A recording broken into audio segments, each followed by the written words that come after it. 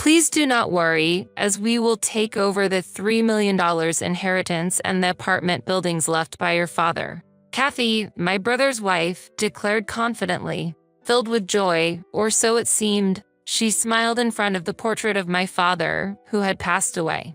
She looked like the embodiment of evil. However, she was under a grave misunderstanding. Until that misunderstanding was cleared, I would patiently endure. I couldn't let all that my father left fall into the hands of such a person. My name is Sarah. I am a 45-year-old unmarried woman. Hey Sarah, could you do a final check on the blueprint that's due tomorrow? Sure, Dad. At my father's request, I started the final check on the blueprint. I work at my father's architectural firm, handling both clerical and design work. Ever since I was young, I've been interested in my father's work, aspiring to have the same career as him. For this purpose, I studied architecture and design in high school and university and joined my father's company immediately after graduating. We have continued the business together. I have been designated as the next manager by my father, and I have the trust of our employees. I have an older brother who is 5 years older than me and a liberal arts major, but he has no interest in design and is unlikely to be involved in the management or operation of the company in the future, so I am not particularly worried about the succession of the business. It is a small company with about 15 employees that my father took over from my grandfather. I intend to cherish and grow this company from then on. That's my resolution. Dad, I've finished all my work. I'll head home and start preparing dinner.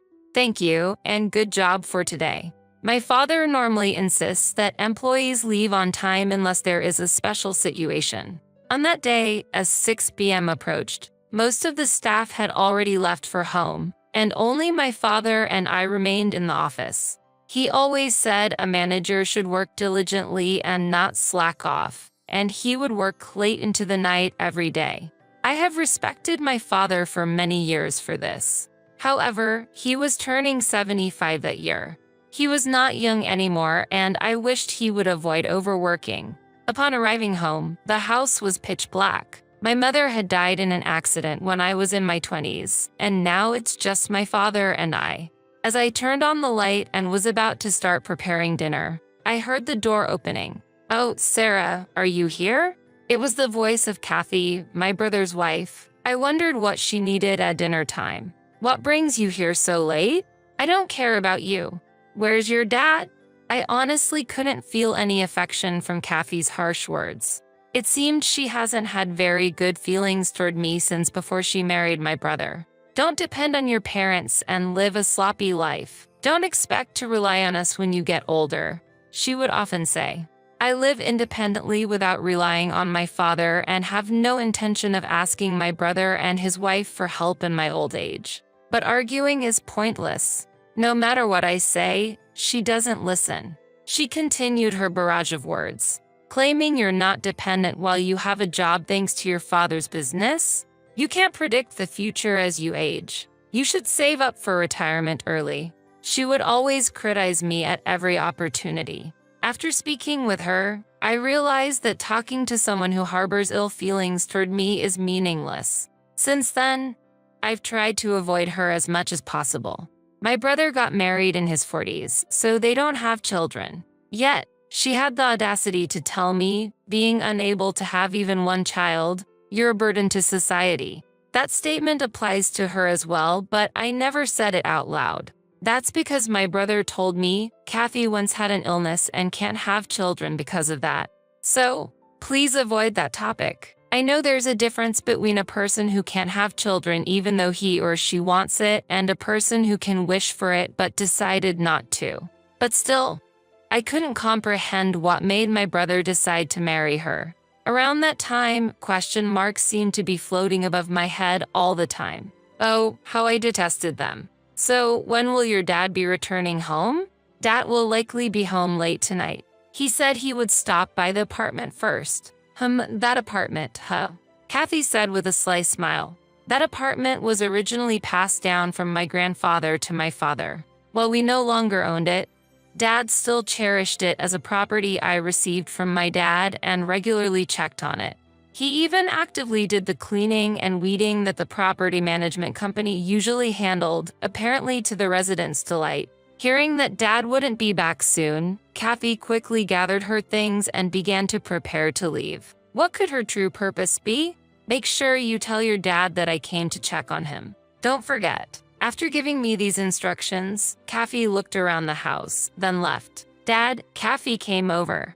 I wonder what she wanted. I don't know. She came over when I was alone before, but she just sat there and didn't really do anything. Honestly, I'm glad I wasn't home, my father said with a wry smile. Neither Dad nor I could grasp her true intentions. Well, she is a bit odd, so maybe her motives are incomprehensible to us normal folks.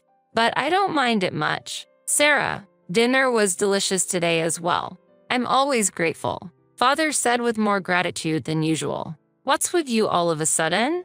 It feels weird. I joked, and my father laughed shyly. You've become so reliable, Sarah. Maybe it's about time for me to retire. What are you talking about? I still have so much to learn from you, Dad. Is that so?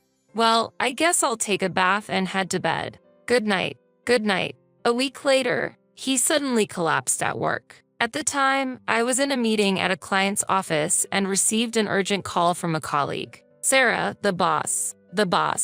My father, unconscious, was rushed to the hospital. I immediately wrapped up my work and headed to the hospital, called my brother right away, and then contacted Kathy. My brother promised to come to the hospital quickly, but Kathy's response was, do I need to go there?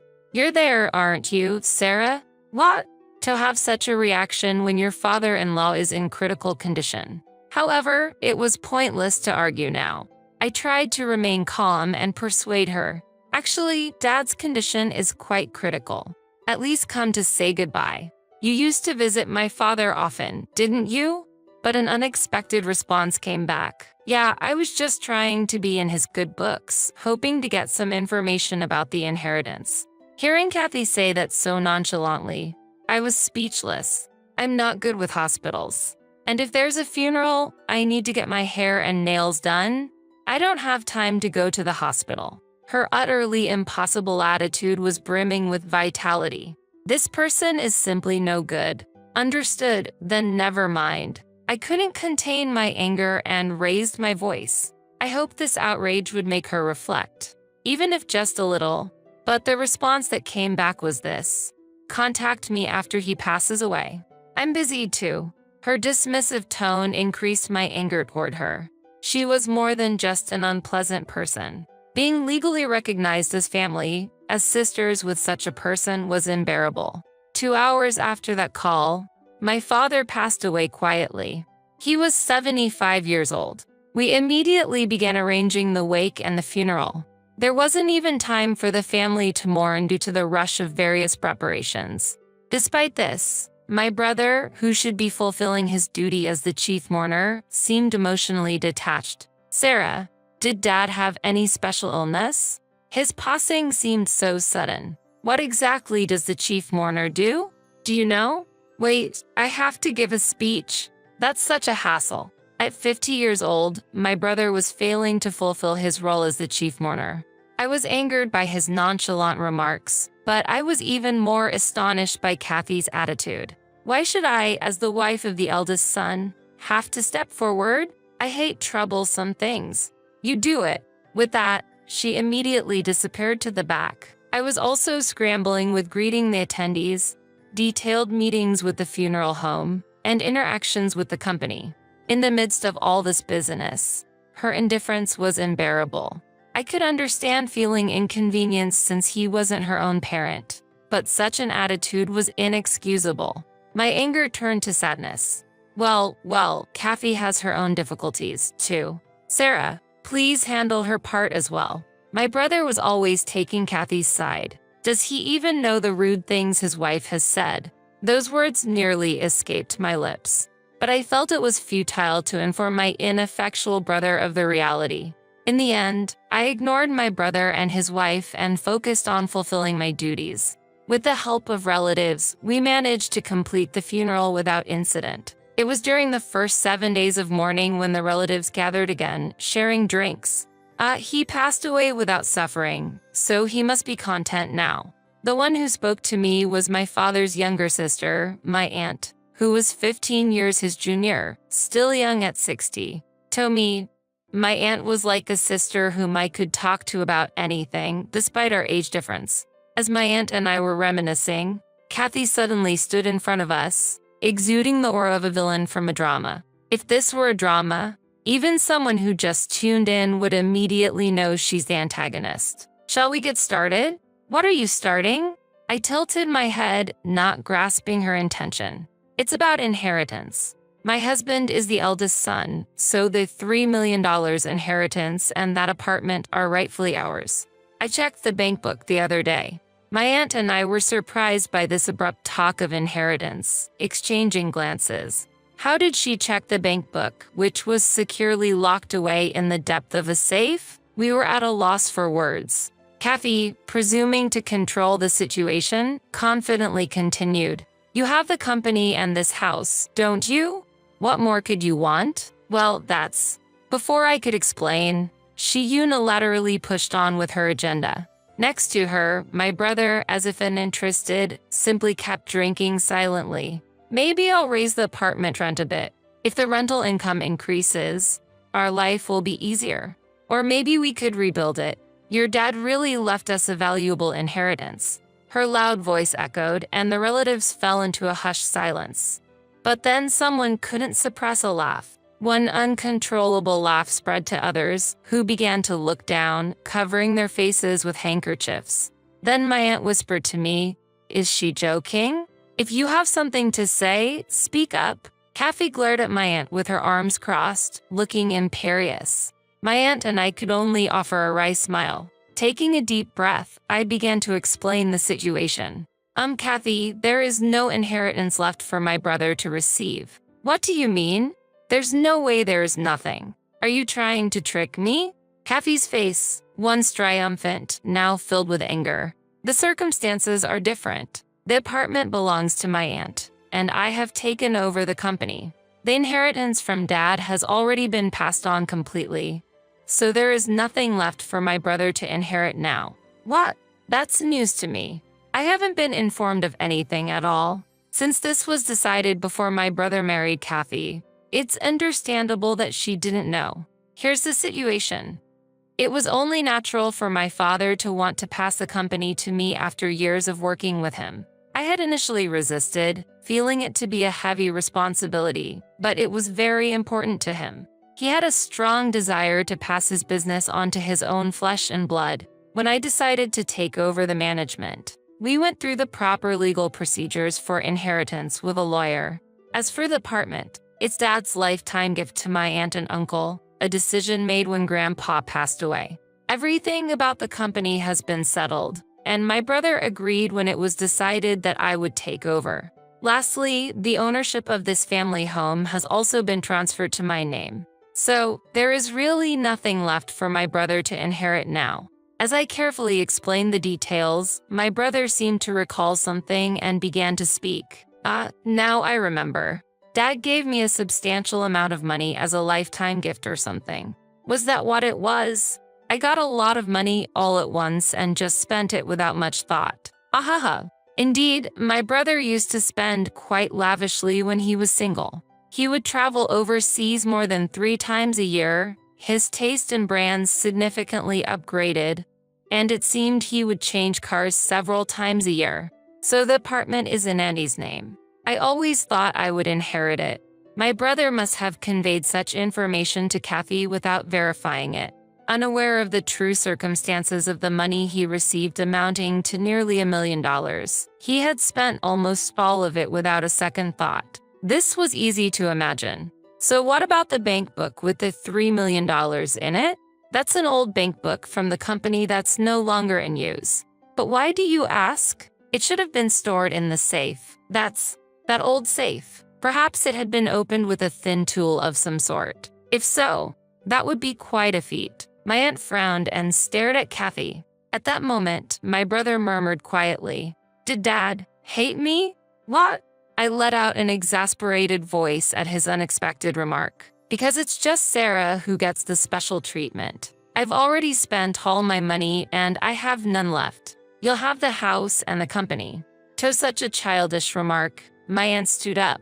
"You're an adult now. Why would you say such things? Do you know how hard Sarah worked to take over the company?"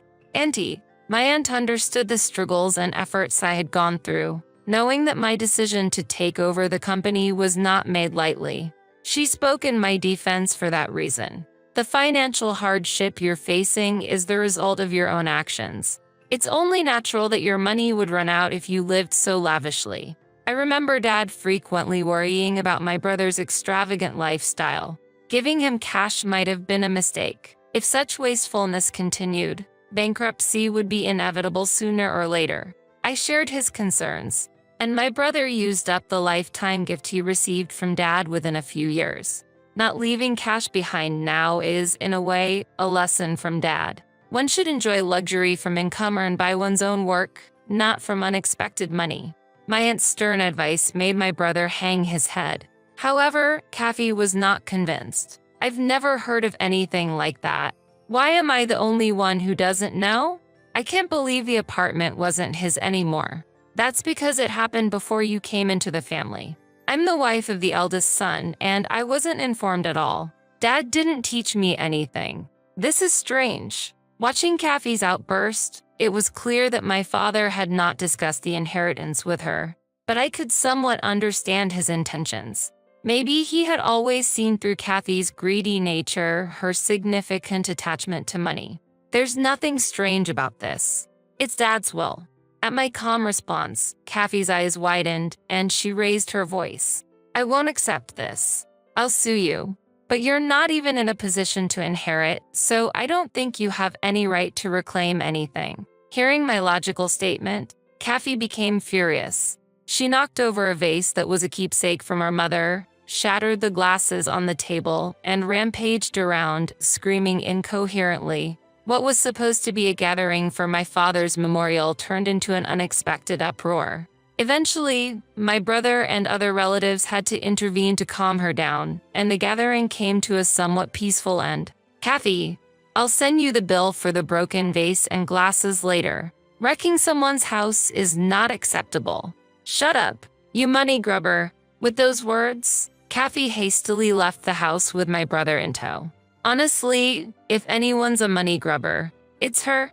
It's astonishing how money can change a person so grotesquely. It was a day when I fully realized the true horror of Kathy's nature. In the end, my brother and Kathy got divorced. Surprisingly, the initiative for the divorce came from my brother, who was always hesitant in making decisions.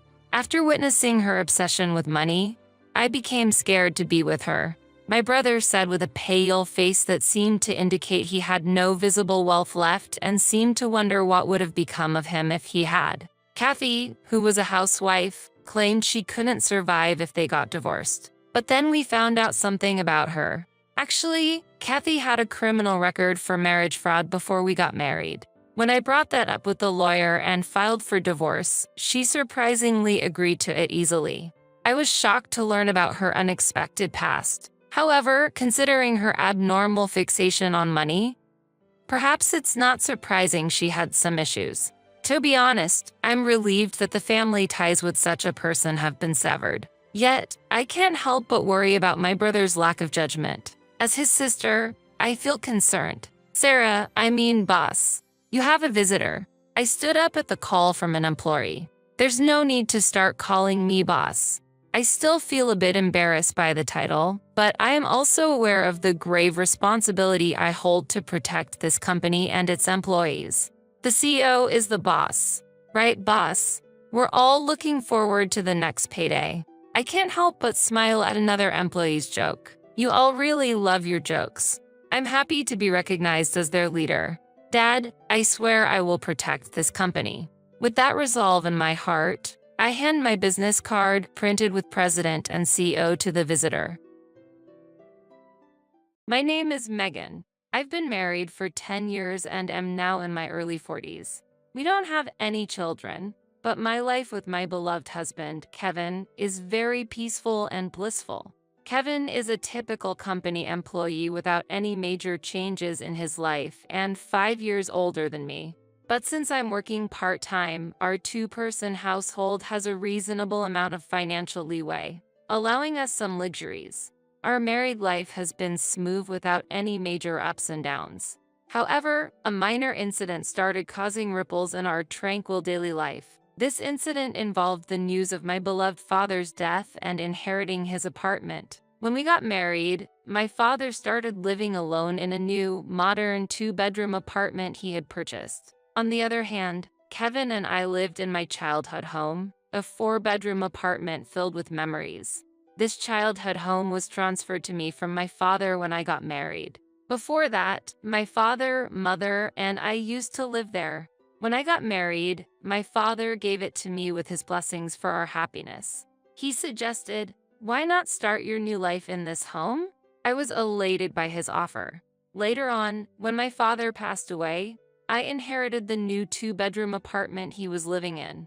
I was very fond of that apartment, so I decided to rent it out immediately. However, one day, during a conversation with my in-laws, an unexpected suggestion came up. Sarah and her children are living in a small place. How about they move to Megan's four-bedroom apartment? Sarah is Kevin's younger sister who was divorced and raising 3 kids. They were living in a two-bedroom apartment, which might be a bit tight for them. But to be honest, my relationship with Sarah has not been great. Every time we met, she would make slightly sarcastic remarks about us not having children yet.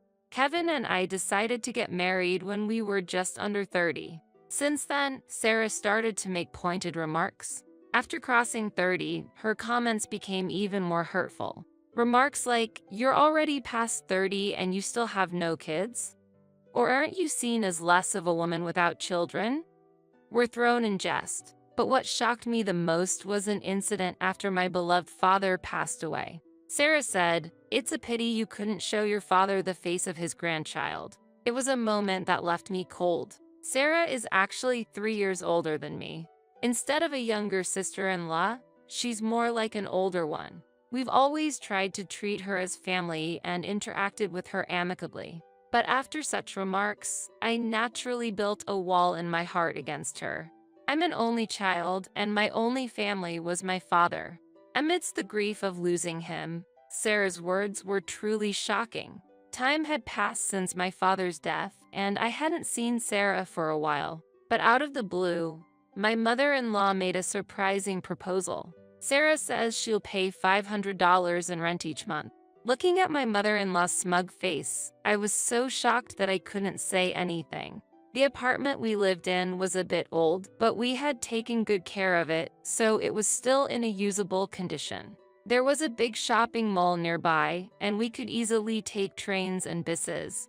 So, if we were to rent out this apartment, I thought it wouldn't go for less than $2,000 a month. But $500? I was truly surprised. Do they even understand the going rate for this area? It's unthinkable for this spacious four-bedroom apartment's monthly rent to be just $500. Maybe they had assumed that I had agreed because I didn't say anything? My mother-in-law seemed very enthusiastic about the idea. "You guys already have another apartment, right? You can just live there. Even if you don't renew the lease, later on, Sarah and the others will move there, so it's fine." How long is the contract term?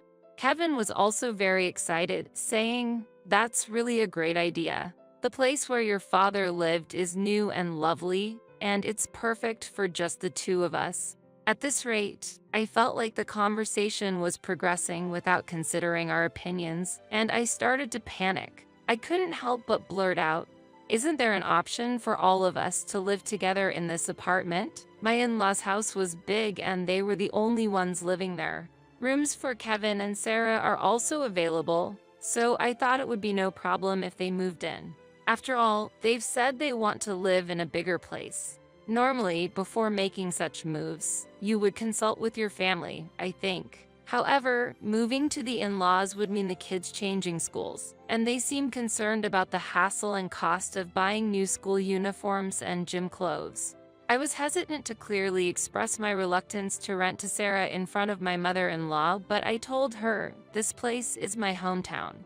I can't just leave easily." I left their house that day, but my mother-in-law said, "You don't have to decide right away," which made me feel she hasn't given up. When I returned home, I asked Kevin, "This apartment is precious to us?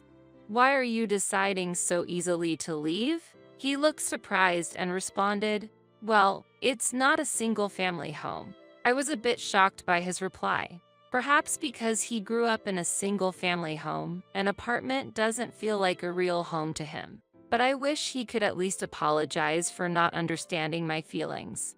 Upset, I raised my voice. "It's my home, my apartment. Why are you deciding things without consulting me?" Kevin looked upset. "We've been married for 10 years. Why do you say my apartment? It's our apartment." His voice contained a hint of anger. I wished he could understand how I feel about this apartment as my cherished home. If he had hesitated to rent the apartment to his sister, I might not have felt hurt by his words "our place." But at that moment, I felt hurt. We tried to calmly discuss it many times after that, but it wasn't easy. Kevin seemed not to understand my feelings at all, and I got words like money-minded, stubborn, and selfish thrown at me. As time passed and the seasons changed, the wall between us remained unchanged. During that time, I kept receiving messages from my mother-in-law asking if the discussions about living together were progressing. The pressure from my mother-in-law and Kevin, who wouldn't understand my perspective, slowly wore me down. I felt I was reaching my breaking point. One day, I was shocked to receive an email from Sarah. It says, "Why are you two, without kids, hesitating to move out of such a small space? You don't need that big of a place. Just leave." I hadn't heard from Sarah since our discussions about the apartment, and yet here she was, out of the blue, telling me to leave. I never imagined I'd receive such a direct email. Reading that message, I reflected on how much I had endured and felt deep self-loathing. The idea of divorce crossed my mind several times. I tried to calm myself each time, but I felt like I was at my limit. I decided to go to the local government office to initiate divorce proceedings. I also decided to reach out to a specific place for the next steps. A few days later, with a renewed mindset, I visited the court. Upon checking, it turned out that both the apartment I lived in and the one I was renting out were all under my name. It was my apartment. Confirming this fact, I decided to confront my relationship with my husband and thought about what I should do next. I wanted to thoroughly discuss everything with him. I've told you many times, this is my house. I just can't stand the idea of renting this apartment to Sarah. I don't want to rent my home to someone who belittles and looks down on me. Please persuade your mother and Sarah, I said. Kevin's face darkened, looking like he was thinking this topic again. I had told Kevin about all the harassment I received from Sarah and how much I disliked her. I wanted him to understand my feelings, but the outcome was different. Kevin sided with Sarah, saying, "Sarah is right. In hindsight, I could have gotten a divorce at that point, saving myself from this anguish. But I couldn't end a relationship that had lasted for 10 years so easily. If Kevin rejected my proposal, I was prepared to divorce. Deep down, I felt that way. Maybe you're just being overly sensitive about Sarah? Perhaps you feel she's being condescending, but maybe you're exaggerating things. I really don't understand why you feel this way," Kevin said, making light of my feelings without knowing the whole story. His words stung. Was I the only one feeling like this? If that's the case, will you sign this? I presented him with the divorce papers.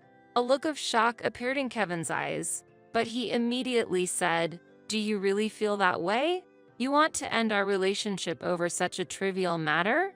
I'm serious. I care about Sarah too, and I always wanted to be with you. But recently, our relationship feels different. I don't feel the love anymore, so I'm leaving," I said while looking into his eyes.